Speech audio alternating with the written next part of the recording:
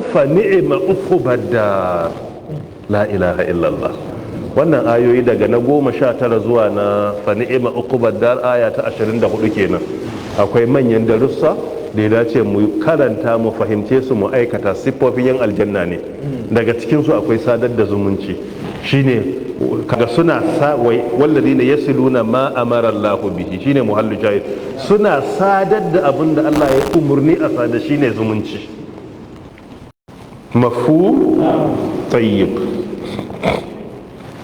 قال ابن كثير رحمه الله، ابن كثير الله يمسى رحمه يتشي أتكين تفسير شافينا دري بقوي دبير يناتيا والذين يصلون ما أمر الله به أن يوصل، وذن سكي سادر أبن الله يأمرني دا أسادر من صلة الأرحام، نسادر دا زمنشي والإحسان دا كما كوتتاوا ilaihim zuwa ga waɗanda shari'a ta ce a kyautata musu, wa ilal fuqara haka kuma zuwa ga fakirai, wal mawahij wal mahawij da kuma wanda ke ma'abota bukata, wa badilil ma'ruf kuma suna kokarin yin dukkan wani aiki na alkhairi da su Allah yake magana, wallazina yasiluna ma amara Allah bihi ayyusan.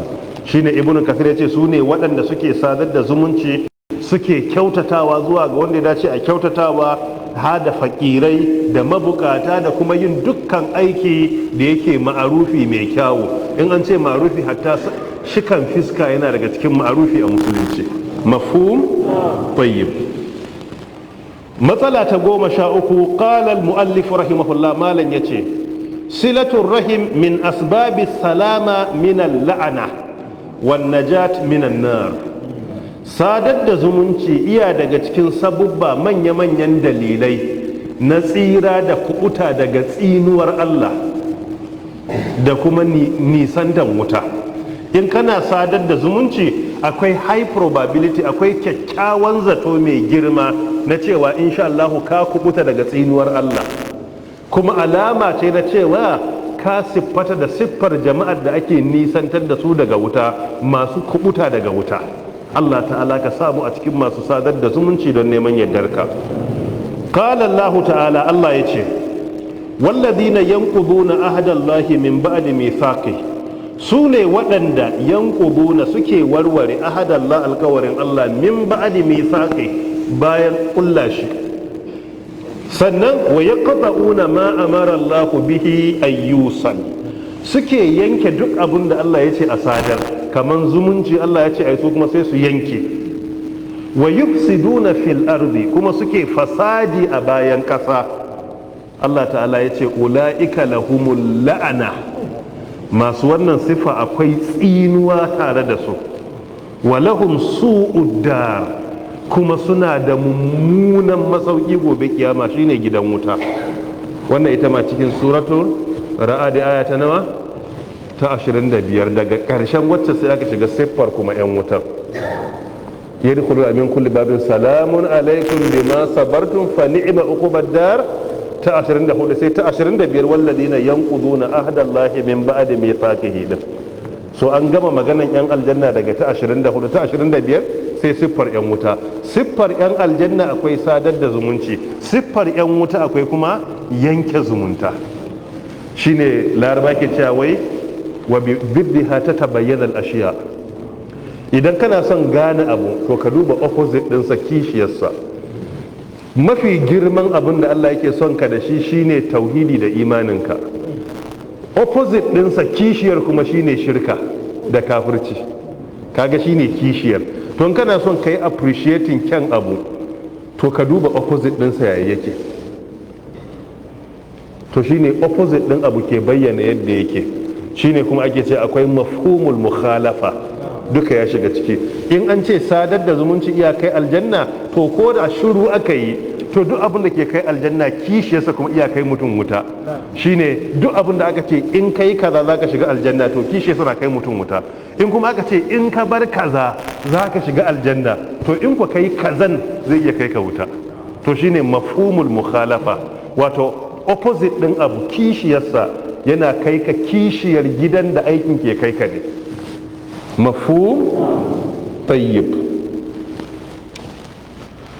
Matsala ta 14, malam ya ce wa sadaka ala zawi rahim ithnatan, sadaqatun wasilatun.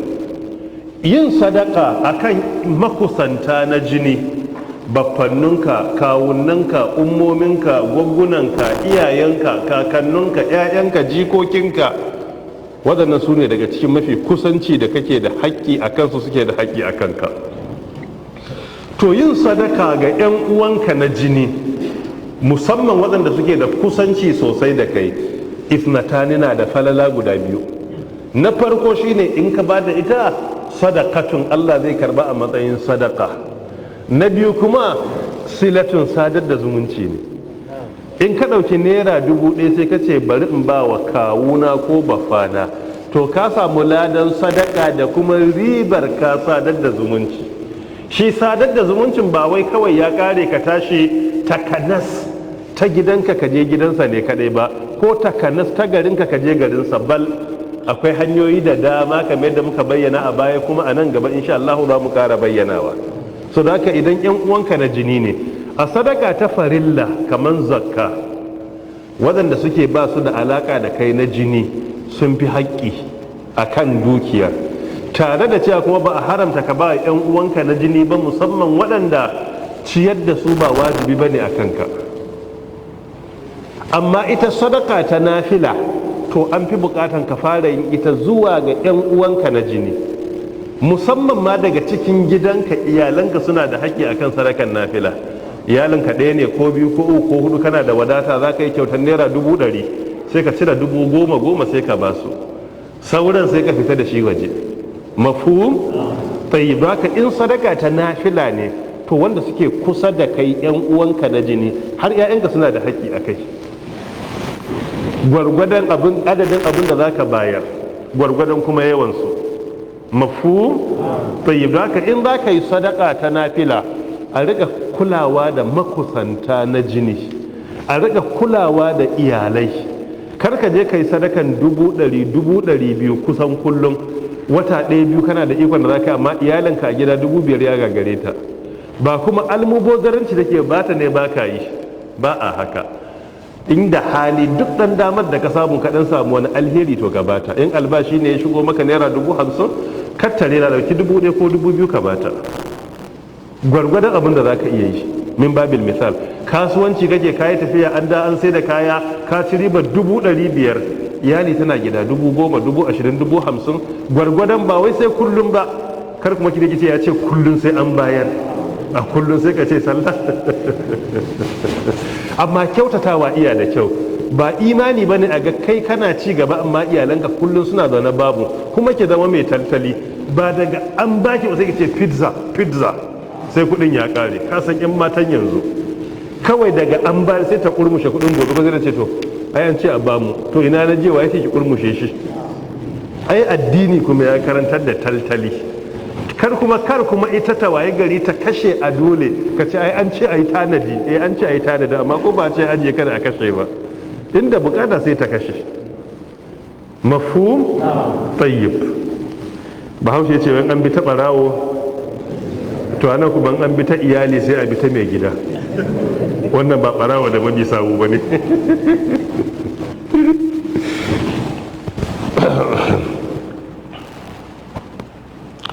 فعن سليمان بن عامر الضبي رضي الله عنه قال قال رسول الله صلى الله عليه وآله وسلم الصدقة على المسكين صدقة والصدقة على ذي الرحم 2 صدقة وصلة.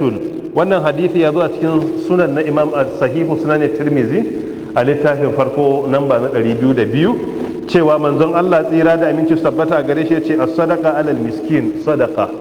Ita sadaka idan ka bada ita zuwa ga miskini, to ka samu ladan sadaka ne, idan miskinin bayi da alakar jini da kai. Amma wa sadaka ala zi rahim, in ka bada sadaka ga ma'abota kusanci na jini, wato yan uwanka, ithnatani, to falalan ya fi ba wa miskinin da baka da alakan jini da shi. Me guda biyun? Na farko akwai sadaka, ka samu ladan sadaka kamar na miskini, sai kuma aka ƙara maka na biyu wasilatun, kuma ka sadar da zumunci. wannan ko bai zama dalili duk kyauta da za ka yi sai dan uwanka na jini ba. shi yasa ai miskinan ma Allah ya kira haƙƙinsu da fakirai, innamas sadaqatu lil fuqara'i wal masakin wal amilina alaiha wal mu'allafati qulubuhum wa fi riqabi wal gharimin wa fi sabilillahi wa ibnis sabil faridatan min Allah wallahu alimun hakim. wa sura aya ta nawa? aya ta 60 a suratul tauba. jazakumullahu khairan. haka zai zama kwarai da gaske.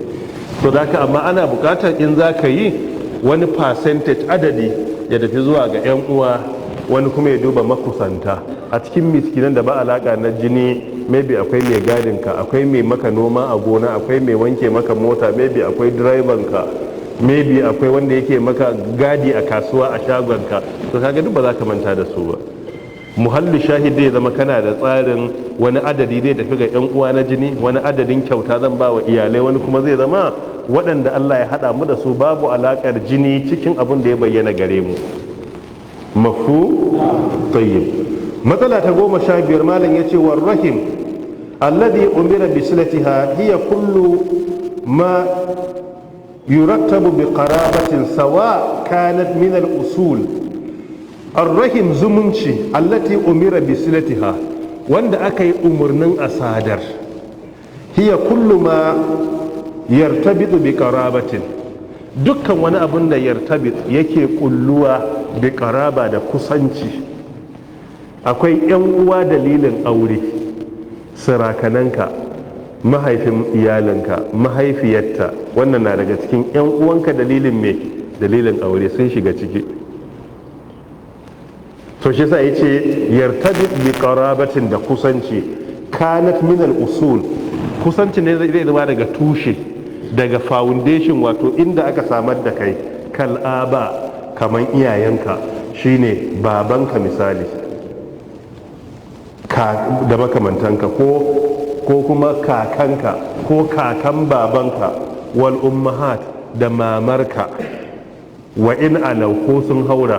in an ce baba da mama, in yi haura sai a ce kakarka da kakanka har ya tafi har kakan babanka da kakar babanka, kakar mamarka da kakan mamanka, to har ya haura shine wa in alau. wal furu' da kuma reshe shine kaman ƴaƴanka, ɗanka, ɗanka, ɗanka, wa in nazalu ko da sun ci gaba da sauka. sai dai a ka'ida in babanka na raye kakanka na raye, haƙƙin baban shi yake da nauyi. ran da babanka bai raye kuma, to kakanka ya zama a matsayin baban wanda ya haife shi. idan mamarka na raye haƙƙinta na nan, idan ba ta nan, in mamarta na raye to haƙƙin mamar sai da kanka ta zama matsayin uwa ita. idan ɗanka bai raye to iya da ɗa, to ɗan sannan jikan yanzu ya zama matsayin ɗan naka. shine ko da abun ya sauka, bai hana idan babanka na raye ka kyautata wa babansa, amma haƙƙin kyautata na farko akan baban naka yake ba akan kakan ba. in ka samu dama ka ba babanka 100,000 a naira miliyan 1 a naira 10,000, haƙƙinsa shi kuma da gaga sai juya ga me zai ba wa babansa. ka ba shi 100,000 sai ce bari ba wa babana 50,000 rike 50,000. ka ba shi 10,000 sai dauki 5,000 ba babansa 5,000. ka ba shi miliyan 1 sai dauki 500,000 ba babansa miliyan 500,000 misali. to haka ake bukata. kaga kai ka sadar da zumunci, shi ma ya sadar da nasa. wal hawashi min al ikhwa wal akhawa, da kuma waɗanda suke kaman na gefe, wanda ba kai tsaye suke daga sama ko ƙasa da kai na usul ko furu' ba, wanda suke kaman daga gefe, shine kaman me za a ce da Hausa? kamar siblings haka, kaman da Hausa, kaman yan uwa. to yan uwa a ma'anar yan uwa, ba a gamammiyar ma, kaman dangi, kaman minal ikhwa, kaman yan uwanka maza da kuke uwa ɗaya uba ɗaya, ko uwa ɗaya ko uba ɗaya. wal akhawat da yan uwanka mata da ake uwa ɗaya uba ɗaya, ko uwa ɗaya ko uba ɗaya. wal a'mam da baffannunka, baffannu su ne yayu da ƙannan mahaifinka. wal ammat da kuma gwaggunanka ko a ce babunanka, wannan kuma su ne mata da suke yayu ko ƙannan mahaifinka. wal akhwal da kuma kawunnanka, su ne maza da ke yayu ko ƙannan mahaifiyarka. wal khalat da kuma wanda suke ummominka su ne yayu ko kanne mata na mahaifiyarka. kama dalla ala asli dhalika hadithu abi hurairata radiyallahu anhu, kamar yadda hadisin abu huraira Allah ya kara masa yadda ya mana nuni zuwa ga tushen wannan. kale yace qala rajulun ya rasulullah, wani mutum ya zo ya samu manzon Allah ya ce ya manzon Allah, man ahaqqu bi husni suhbati, man ahaqqu bi husni suhba, ya manzon Allah wa yafi kowa dacewa na kyautata wajen sahibantansa da abokantansa ko da zama tare da shi. kale ya ce ummuka mamarka, innanka babarka mominka, summa ummuka sannan sai mahaifiyarka, summa ummuka sai mahaifiyarka. ya kira mahaifiya sau nawa? sau uku sallallahu alaihi wasallam.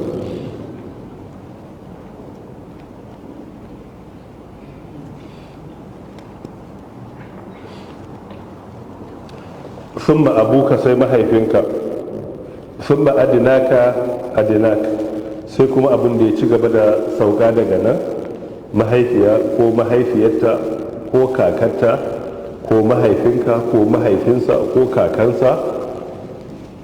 wannan hadisi iya bukhari, hadisi ne na 5971.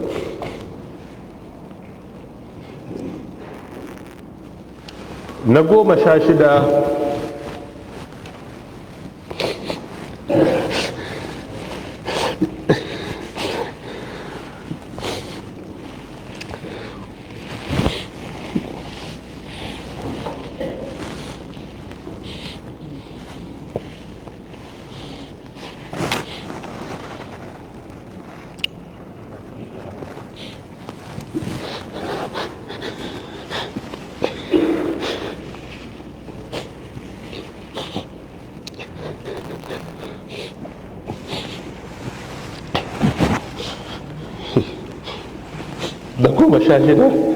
ya ce silatun rahim alwa ala hasbil haja.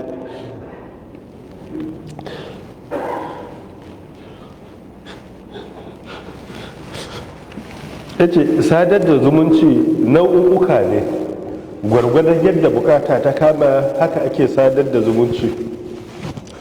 fatakunu bin nafaka liman yahtaju zalik, wani lokaci kana sadar da zumunta ta bangaren ciyarwa ne, wani naka da bukatan abinci ka taimaka masa da abinci gwargwadon yadda za ka iya, ya zama sadar da zumunci. kaga idan ka ciyar da naka da ke da halin yake da bukata, musamman wanda zuciyarsa ba mutuwa ta yi ba, yana neman halal din bai samu ba, ko shekaru sun hane fita ya nema, ko rashin lafiya ya hane nema, ko ya fita ya nema Allah bai bashi ba, idan ka ciyar da shi sadar da zumunci ne. wannan shi ne da farko. na biyu, wata kunu bil hidaya, ana sadar da zumunci ta bangaren bada kyauta.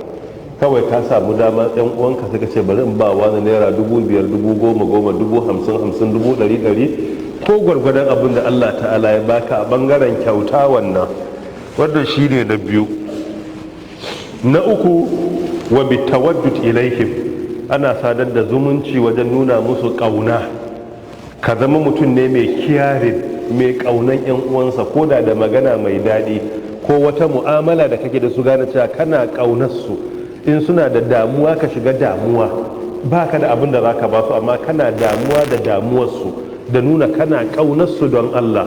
wannan shi ma sadar da zumunci ne, kaunan naka. na hudu, wa bil auni wal i'ana alal hajat, da kuma taimakon su da kuma kyautata musu akan dukkan bukatun da suke da shi.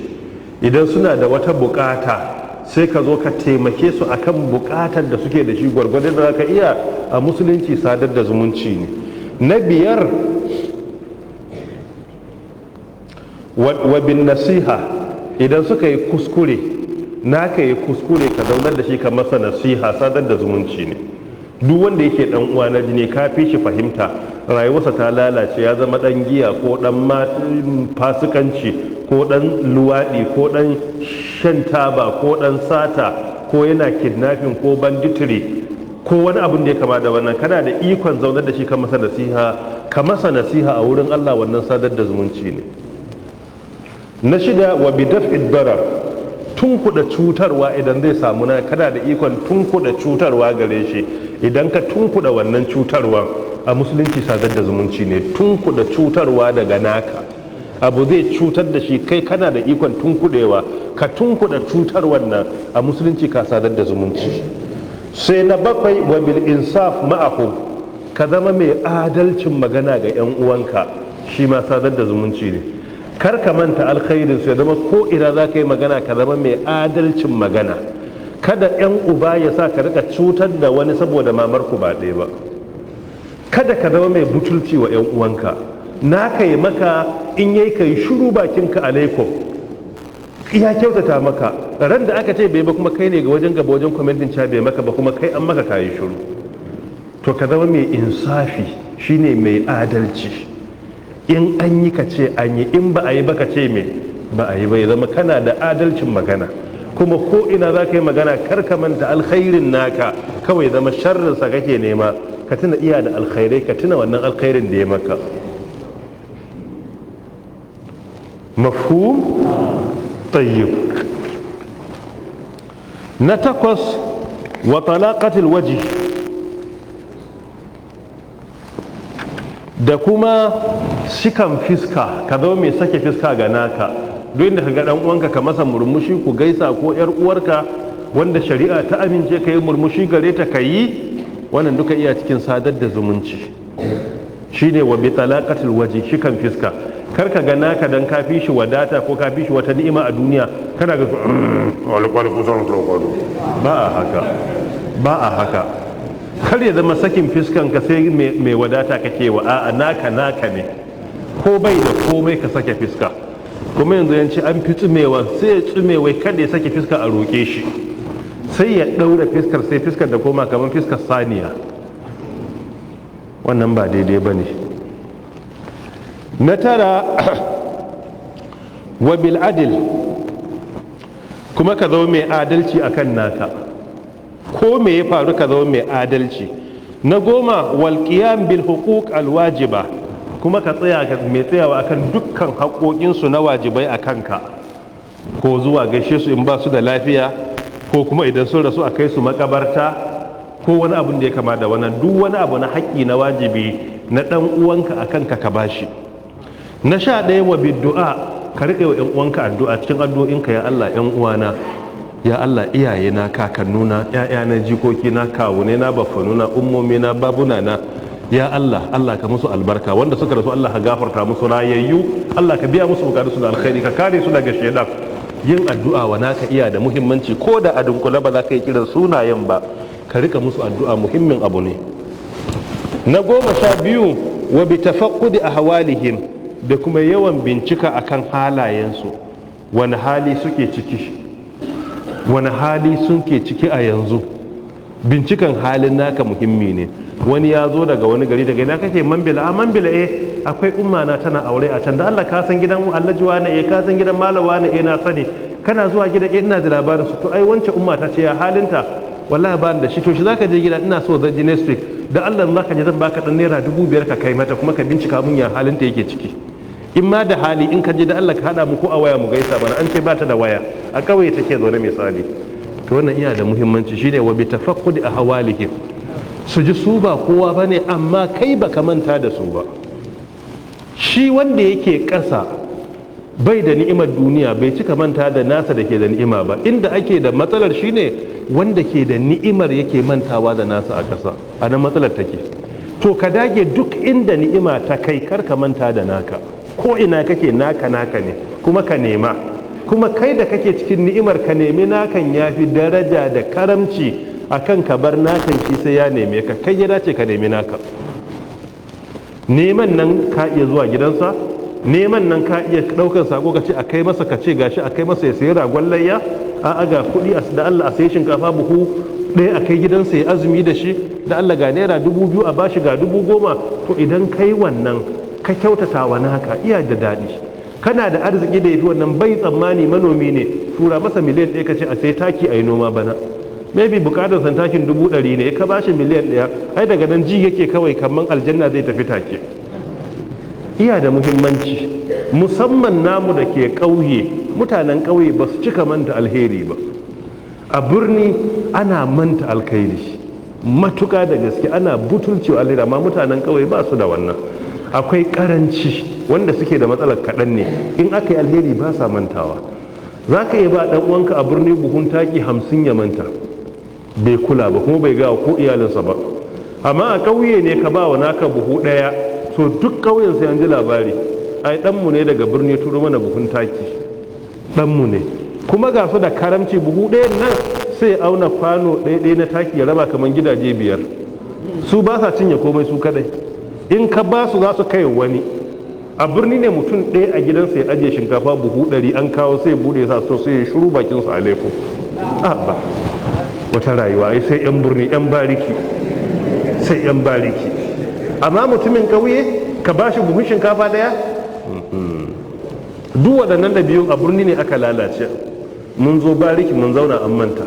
Shi mutumin ƙauye ko bai bayar ba ai ciyayya ake yi, ko kun manta gidan wani a fito da abinci, gidan wani a fito da abinci, in aka zo a baza tire ƙato a yayyanka tuwon nan akai, miyar a zuba ba a gane waye ma ya kawo waye ba a kawo ba, sai mutum 10 su ci amma kwanan 7 ne ba a tambayi waye bai yi ba, shikenan asirinsa ya rufu. Amma yanzu kowa ya shiga gidansa a birni ya kulle ya sa kare da mai gadi, shikenan ba ruwansa da kowa.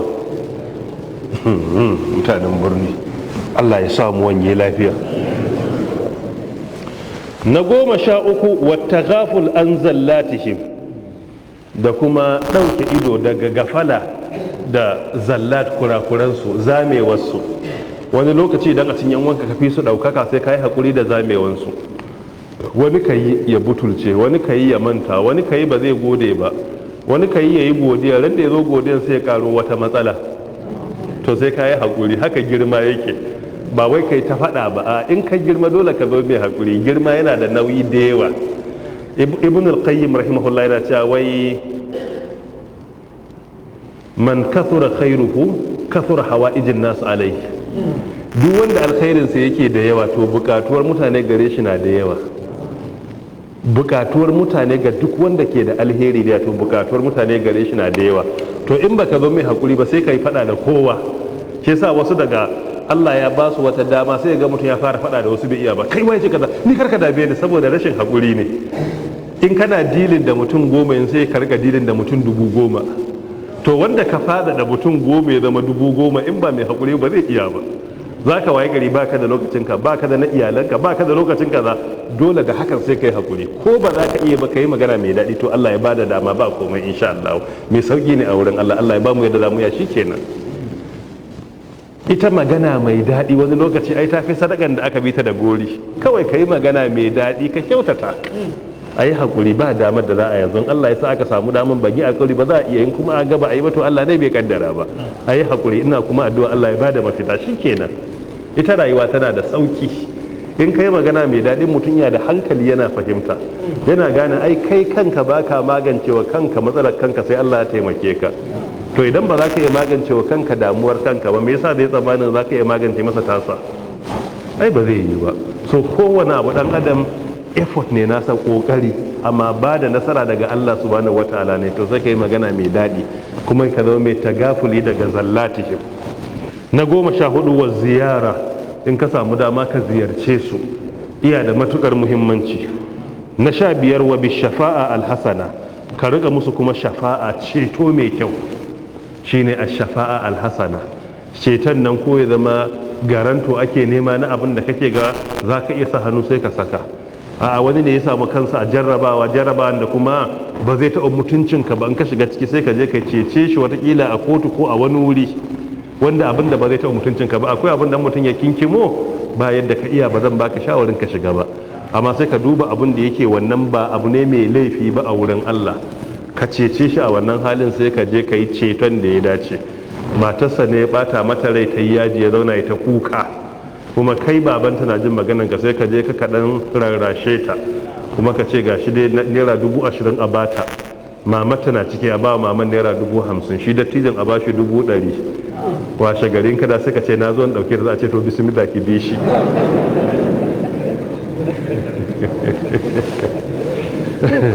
in an je beli ai da fikihu ake zuwa, sai ka zama fakihi in zaka je ba wai kawai ka kwashi ayoyi da hadisai ka je kai ta bayanin cewa inna allaha ma asabiri da wa in kaza wannan babu laifi inda bukata, amma kuma akwai damar kyauta da an je ce to haka ake yi.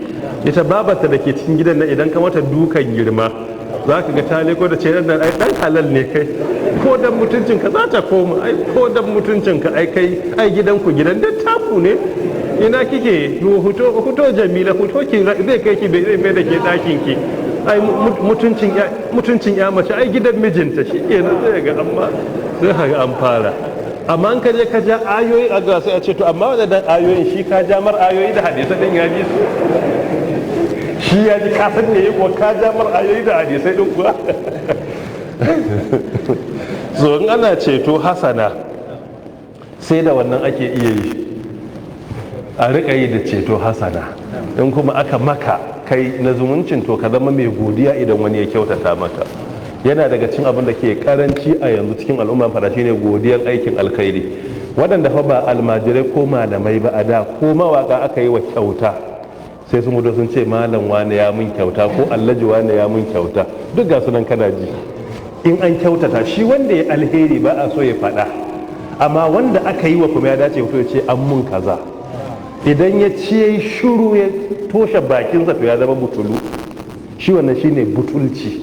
kai ka amfana amma sai kai shuru kamar baka taɓa yi ba, to nan ba daidai ba ne. in mutum ya maka sai ka gode a ɓoye ka gode a bayyane.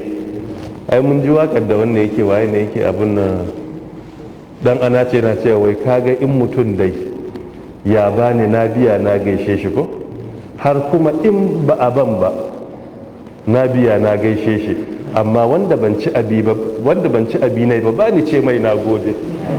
in ban ci abin ka babu godiya, ko kana mun kyauta ko baka mun kyauta zan biya in gaishe ka, zan maka zumunci, amma in ban ci abin ka ba zan yi godiya ba. mafhumul mukhalafa, in na ci fa to zan gode. ina gana tana da dai kaga in mutum da ya bani na biya na gaishe shi, har kuma in ba a ban ba na biya na gaishe shi, amma wanda ban ci abi ne ba ni ce mai na gode. Allah mai ida alkawal ko wajjawa ko ina tunawa dai. waɗannan na haddace su ne a bakin gidanmu, a kofar gidanmu muna yara akwai wani tela da ke ɗinki, shago ne na teloli, to suna yawan kunnawa. wasu waƙoƙin gaskiya na ji su 77, 78, 79 musamman irin waɗannan tsofi, amma ka san memory kwakwalwar yarinta da ƙirjin yarinta, so abin da kawai daga taji sai ta rike ni. wani lokaci sai an yi abin sai in tuna, sai in ce to ina ji wannan a wuri kaza, kuma sai in ji abin ya zo shi. Allah ya samu wanye lafiya. wal ma'anar jami' ma'ana gamanniya na sadar da zumunci, wato complete ma'ana na comprehensive ma'ana, cikakkiyar ma'anan sadar da zumunci shine isalu ma amkan min alkhair wa daf ma amkan min ad-darar. ma'anan sadar da zumunci shine sadar da duk abin da za ka iya na alheri zuwa ga naka, da kuma tunkuɗe dukkan wani abu na sharri daga naka. idan kai waɗannan guda biyu to ka sadar da zumunci. sadar da dukkan alkhairi gwargwadon iyawanka ga naka, tunkuɗe sharri da cutarwa gwargwadon iyawanka daga naka, to idan kai wa naka wannan to ka sadar da zumunci. wannan ita ce gamammiyar ma'ana.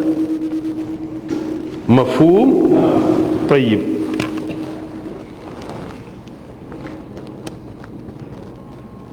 ويجمع أنواع الصلة ويجمع أنواع الصلة قول الله عز وجل. قول الله شيني فاعل له، أنواع الصلة شيني مفعول.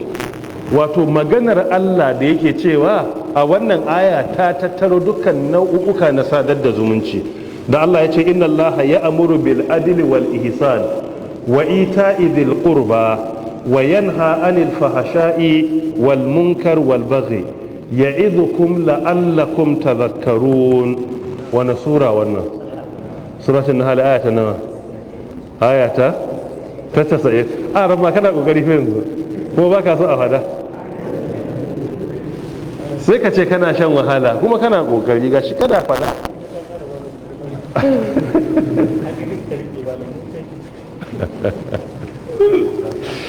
Kana kokari a rabba aya ta 90. Abdullahi bin Abbas da Abdullahi bin Mas'ud radiyallahu anhuma suna cikin manya-manyan sahabban da suka fi kowa sanin Qur'ani a cikin sahabban. Suka ce hiya ajma'u ayatin fi kitabillahi azza wajal. Wannan aya ta cikin suratul Nahl aya ta 90 ita ce mafi aya ta taro hukunce a Qur'ani gaba ɗayanta. Ajma'u ayatin fi kitabillah. A'zamu ayatin kuma suka ce ayatul kursi. Amma ajma'u ayatin tattaro hukunce babu kaman inna Allah ya'muru bil adli wal ihsani wa ita'i dhil qurba wa yanha 'anil fahsha'i wal munkari wal baghi ya'idhukum la'allakum tadhakkarun. A cikin aya ɗaya Allah ya yi umarni da abu uku ya hana guda uku kuma daga ƙarshe ce shi yake muku wa'azi anan Allah ne mai wa'azin. Inna Allah lalle Allah ya amuru yana umarni bil adli da adalci. Adalci na farko shi da Abdullahi ibn Abbas sai ce la ilaha illallah. In baka yadda da la ilaha illallah ba daga nan ka zama azzalimi in ji shi. Yadda da la ilaha illallah shine ka cika sharadin adalcin farko. Na biyu adalci wa yan uwanka, adalcin magana. In kai shugaba ne adalcin hukunci, retributive justice, distributive justice duka sun shiga ciki. Fair hearing duk ya shiga ciki. Ka zama adali a magana kai adali ne, a komai za ka yi kai adali ne, a cikin mu'amalanka da 'yan uwanka kai adali ne. Allah ya ce wa idza qultum fa'adilu walau kana wani sura? Suratul An'am aya ta nawa?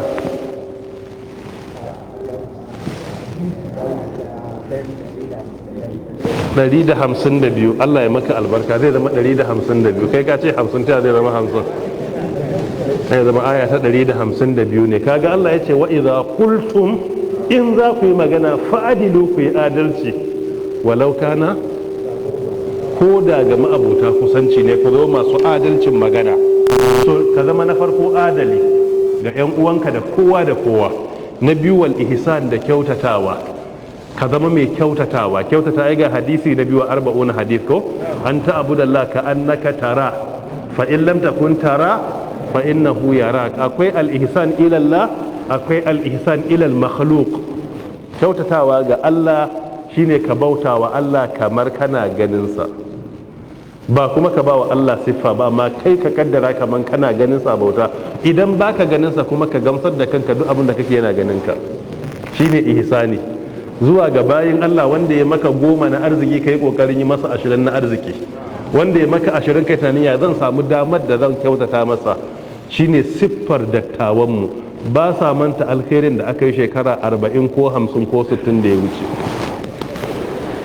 Akwai aure da aka yi, Allah ya ji kan mahaifinmu ya tilasta sai na yi kayan ɗakin iyalin yarinyar da za a aurar. Aka ce sai na yi, ina ƙaramin ma'aikaci a lokacin aka ce dai sai na yi. Dalili shine bai manta zumunci na babanta ya taɓa tafiya aikin hajji tun ma ba haife ta ba, ya kawo masa tsarabar takalmi ya kawo masa tsaraba daga Saudiya. Kuma tsakani da Allah takalmin ba mai tsada ba ne kwata-kwata, amma tunaninsa ya je waje mai daraja, bai manta da ni bai kawo wannan. Su yadda suke kenan, ba wai kudin abin suke duba ba, mutumin da ya je gindin maganin amma bai manta da kai bai kawo maka, ai ya maka addu'a, kuma kai kana da mutunci. Akan wannan aka ce sai na yi kayan, kuma sanda na yi. Amin. So dattawanmu haka suke, in ka musu alheri a wurinsu alheri danko ne, ba za su taɓa bin. Idan ka musu alheri ɗaya har abada, ko wani abu kake ciki, in ba su taimake ka ba su cutar da kai ba, sai dai su koma gefe su ce ba zan iya cutar da shi ba, kuma ya taɓa min alheri. Ko a menene ba sa iya kuma cutarwa. to waɗannan su ne irin halayen da ya dace mu rike a yanzu mu zama masu godiya na alheri in an yi, kar mu zama butulu. Butulci na wasu yana iya sa masu alheri su yi karanci, musamman waɗanda suke ba su san addini ba sai su yi karanci. Allah ta'ala ya samu wange lafiya. Sannan wa ita idil qurba, da kuma bawa alqurba makusanta kyautatawa zuwa gare su. Wa ita ai wa ita bayarwa wa makusanta. Wa yanha yana hana alfahasha, Allah yana hana alfasha, dukkan nau'i na alfasha Allah ta'ala yana hanawa. Wasu su kira shirka saboda an kira al'adil adalci. Na biyu ana kuma sa alfasha cin abin da ya shafi luwaɗi ko zina ko abin da ya kama da wannan, duka sun zo da kalimatul fahisha a Qur'ani. Wal munkar, da dukkan wani abu da yake naki wanda laifinsa bai kai shirka ko abin da ya kama da wannan ba, ko bai shiga cikin almubiqat ba. Wal baghi, kuma Allah ya haramta zalunci. Ya izukum, Allah yana muku wa'azi. Kaga mai wa'azin anan shine Allah yana muku wa'azi la'allakum, ana bege da fatan tazakkaruna, za ku wa'astu, za ku yi aiki da tunatarwa. Kaga wanda bai ji wa'azin Allah ba, wa'azin wa zai fahimta? Allah babu. Allah da kansa ya ce ya izukum, yanzu shi yake muku wa'azi. Wannan kuma yake ƙara bayyana karantar da addini da yin wa'azi ba sana'a ce ta kaskanci ba, kamar da muka ɗauka da a ƙasar nan sana'a ce ta kaskanci. Da dama wani mutum magani yake in ya samu wata ni'imar in yana karantar da addini ma sai ya daina. Wannan mun yi ta ga irin wannan a ƙasar nan, sai lokacin da duniya ta ƙi sai ya dawo masallaci. Shi masallaci da karantar da addini na wanda Allah ya so shi ne, ba na wanda Allah ya ƙi shi ba ne. Saboda mai, a duk sana'ar da za ka yi a duniya babu sana'ar da ta kai ka zama sanadin gyara alaƙa tsakanin bayi da mahaliccinsu. Duk duniya ba abin da ya kai wannan a wani aiki. Saboda mai, saboda idan alaƙar bayi da mahalicci ta gyaru, duk alkhairin duniya da lahira Allah yana iya ba su. Idan alaƙar ta lalace, duk abin da suke nema Allah yana iya hana su. Shi yasa babu wata sana'a da ta kai karantar da mutane addini su gane waye Allah subhanahu wataala, yaya za a yi duniya su ta yi kyau su je lahira su shiga aljanna. Babu abun da ya kai wannan. Kaga Allah da kansa anan ya ce mana yana wa'astar da mu, yana mana wa'azi ne.